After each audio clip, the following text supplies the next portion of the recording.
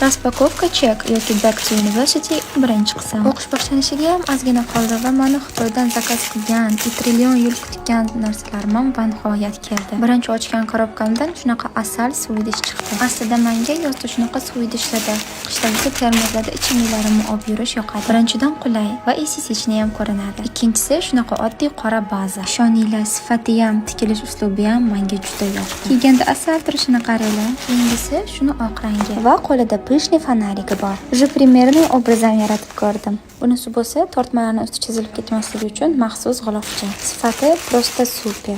Navbatdagi paketdan shunaqa chiroyli ro'mol chiqdi. Bitta ko'rganimni o'zidayoq yoqtirib qo'ygandim. Materiali ham shunaqa yumshoq. Keyingisi lab uchun qalamdagi tachilka va shunaqa asal zakolichkalar. Sizlarga men haqimda bitta fakt. Yoshligimda nuqul zontib yo'qotib yuraman. Yaqinda ham bittasi yo'qolib qoldi. Shuning uchun bu safar kichkinagina kompaktnisini sotib oldim sumkaga sig'ishi uchun. Bunisi eng oxirgisi va eng uzoq kutilgani. Videoda ham qanaqa premium kачествоda kelganligi bilinib turibdi. Asosiysi ichiga hamma narsa sig'ib ketar ekan. Shu bilan meni o'qish uchun olgan narsalarim raspakovkasi o'z nihoyasiga yetdi. Sahifamga obuna bo'lib qo'yish yodingizdan chiqmasin.